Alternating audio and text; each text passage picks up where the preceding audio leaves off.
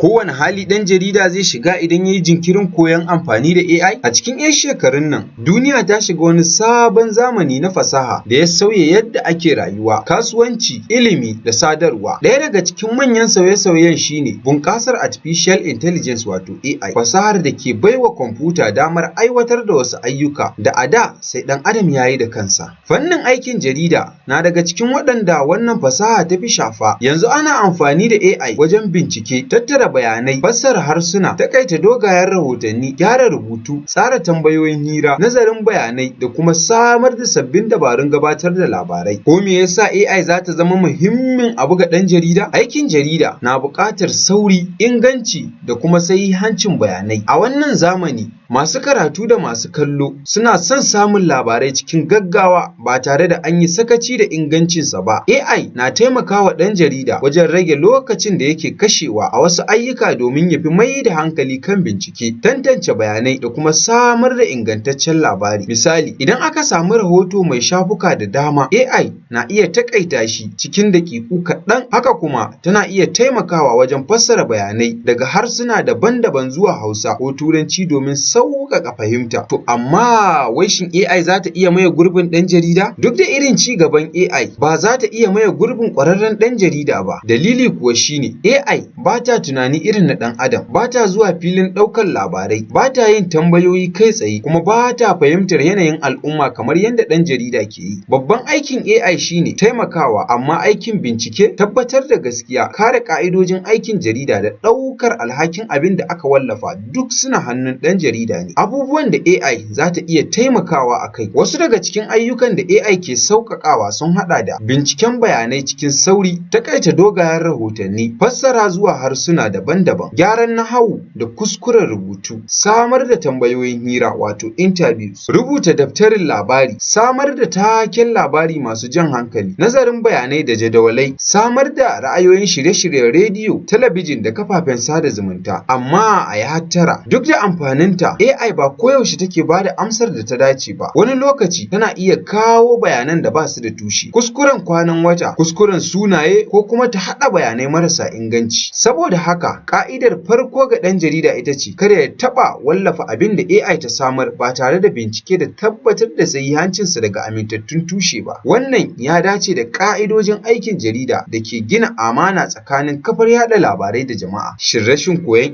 AI zai iya shafar ɗan jarida? Amsar ita ce ta wani ɓangare. Yayin da yawancin gidajen rediyo, talabijin, jaridu da kafafen yanar gizo ke ƙara amfani da AI wajen sauƙaƙa aiki, rashin sanin yadda ake amfani da ita na iya rage wa ɗan jarida damar yin gogayya da takwarorinsa. Sai dai abin da ya fi muhimmanci shine ba ita ce za ta maye gurbin ƙwarewa, ƙa'idojin aiki ko bincike mai zurfi ba. Maimakon haka, tana ƙara wa ɗan jarida ƙarfi idan ya san yadda zai yi amfani da ita ya kuma sarrafa ta. AI ta kawo sabon salo a aikin jarida. Duk da haka, nasarar ɗan jarida ba ta ta'allaka ga amfani da AI kaɗai ba. Har ila yau tana dogara ne da gaskiya, bincike, ƙwarewa, bin ƙa'idojin aikin jarida da kuma ɗaukar alhakin abin da aka wallafa. Saboda haka, koyon AI na da matuƙar amfani ga duk mai son ci gaba a wannan sana'a. Amma AI ta fi zama mataimaki, ba madadin ɗan jarida ba. Ɗan jarida da ya haɗa ƙwarewar sana'a da amfani da AI a cikin hikima zai fi samun damar yin aiki cikin inganci, sauri da kuma dacewa da buƙatun wannan zamani. Sunana Abdulrashid Rabi'u Rigasa.